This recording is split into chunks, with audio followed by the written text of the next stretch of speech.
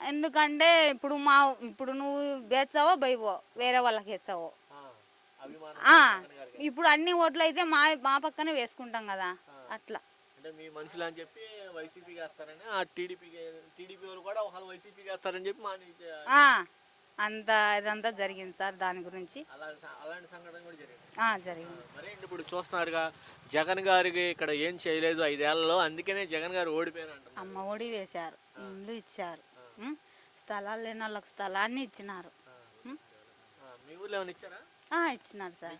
మాకు ఇండ్లు వచ్చింది సార్, ఇండ్లు వచ్చింది. ఎన్నో కష్టాలు పడినాం.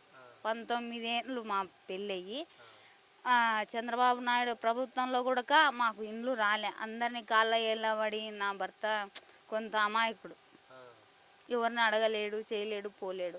అందరినీ అడిగి అందరినీ బంగపోయి వాళ్ళ కాళ్ళ ఏళ్ళబడినా కూడా మాకు ఇండ్లు రాకపోయింది.